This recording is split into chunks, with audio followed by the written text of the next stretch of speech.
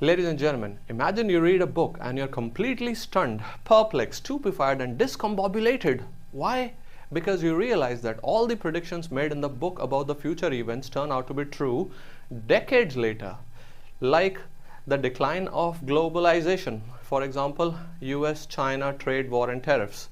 Similarly, international conflicts and geopolitical shifts like Russia invasion, Middle Eastern conflicts, India-China border clashes, and also social unrest like Black Lives Matter protests in US, farmers' protests in India, Yellow Vest movement in France, and civil unrest in Iran. The name of this book is The Fourth Turning. And what is this book all about? And what we Indians can learn from this specifically? Let's find out in this video lecture. So this book, The Fourth Turning, an American prophecy written in 1997 by William Strauss and Neil Harvey. This book argues that history is not linear and presents a theory of cyclical history based on generational patterns. Patterns that move in a repeated cycles of approximately 80 to 100 years, divided into 4 different or distinct phases or turnings. These cycles shaped by generational personalities that emerge during different era. While this book primarily focuses on American history, the patterns it describes are applicable globally, and the authors analyze past crises such as American Revolution, Civil War, World War II, and predict that a new major crisis, the fourth turning, will emerge around 2020s, leading to an upheaval that will redefine the society.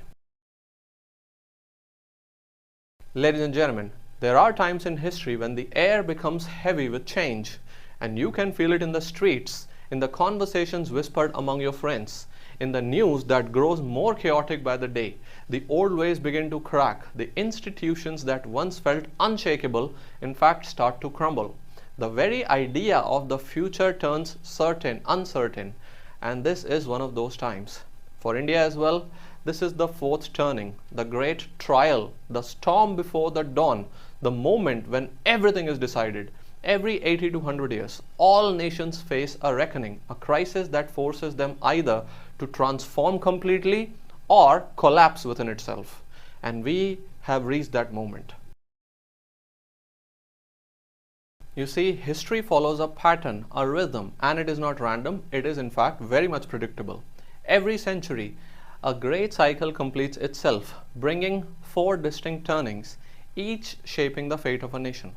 First, the high between 1947 to 65, the age of unity in India.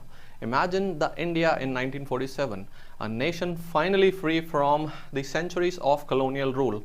There was hope in the air with the promise of a new world. Nehru spoke of dams as the temples of modern India. Scientists dreamt of rockets and reactors, and despite the horrors of partition, there was some sense of unity, a shared belief that we would build something better. And this was an era of patriotism, sacrifice, and ambition. But every golden age carries with itself the seeds of its own downfall as well. The children of this revolution grew relentless. They do not remember the struggle, they only see the rules. And so they began to push back, and that's what happened. And then came the second one, the second turning, the awakening between 1965 to 84, the revolt against authority. By 1970s, the mood had changed. The unity of the early years had faded. The young were no longer content with obedience. Protests erupted. The Naxalite movement shook the nation entirely.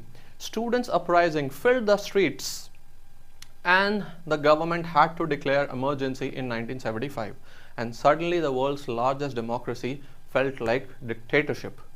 There were breakthroughs as well, like the Green Revolution, which saved the lives of millions from starvation. Indira Gandhi's leadership inspired a new kind of nationalism, but there were also growing frustrations. The country felt trapped. Inequality was rising. The dream of united India was becoming to fracture.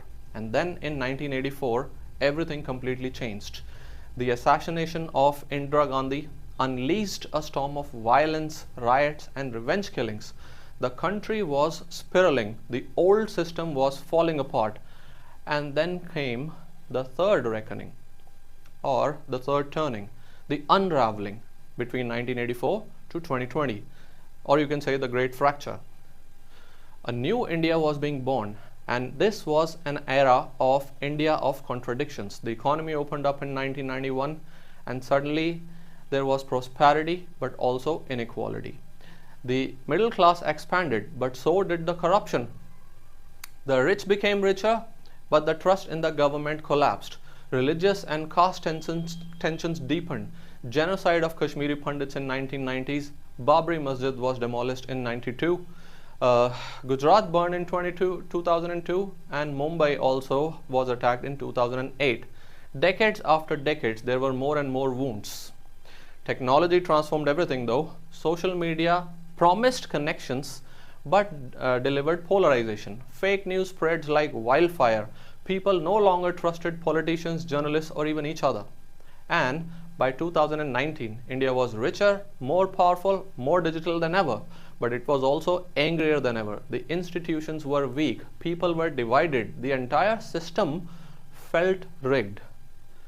And now, the crisis, 2020 to 2035, you can say our trial by fire. The fourth turning, which is always a time of upheaval, economic collapses, wars, revolutions, or survival. The last time India faced one, 1940s, we got independence, but we also got partition. Now we are living through the next great reckoning. A global pandemic brought our economy to its knees. Protests by farmers, students, workers shook the streets. Political polarization and horse trading of MPs and MLAs has reached dangerous level. The border with China has turned volatile. Religious and caste tensions have grown sharper than ever. Water shortages, heat waves, pollution have made survival itself a challenge. Everything is on the edge. Will India emerge from this stronger and more united than ever, or will it get consumed by its own divisions? The next decade is likely to decide the fate of our billion people. According to the book, every fourth turning ends. The question is how? Let's say in Indian context, scenario number 1, the rebirth, India becomes a superpower. If we rise to the challenge, India will have a golden age, a stronger reformed democracy with real accountability and transparency. Economic transformations leading to AI, space, renewable energy, and manufacturing.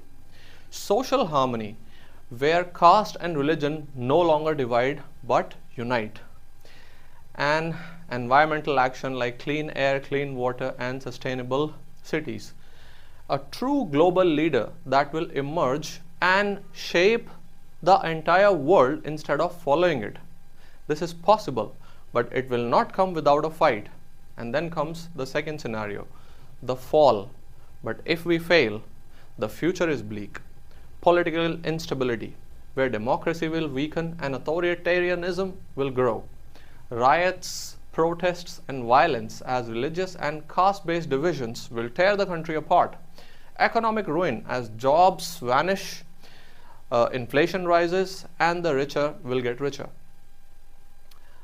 And environmental catastrophe, where water becomes more valuable than gold. A powerless India which will fall behind China, US, and the rest of the world. This is a nightmare, and this is not impossible. So this is our test, and this is our war. Every fourth turning is a battle for the soul of a nation. The last fourth turning gave us independence, and this one will decide whether we can keep it. We are the generation that must fight this war, not with guns, but with ideas, courage, and action. So I ask you, and in fact all of us, will we demand real leadership or let corruption destroy us? Will we unite or allow hate to tear us apart? Will we innovate, educate, and lead the world or remain stuck in mediocrity? Will we stand for democracy or watch it die? This is the battle of our lifetime, and the next 10 years will decide the next 100 years. The fourth reckoning is not just a theory, this is happening right now. And the question is not what will happen, the question is what we will do about it. So this is it in this video lecture. My name is Dr. Ruben Singh. For more such lectures, subscribe of course, and I will see you in the next one. Have a good one. Cheers.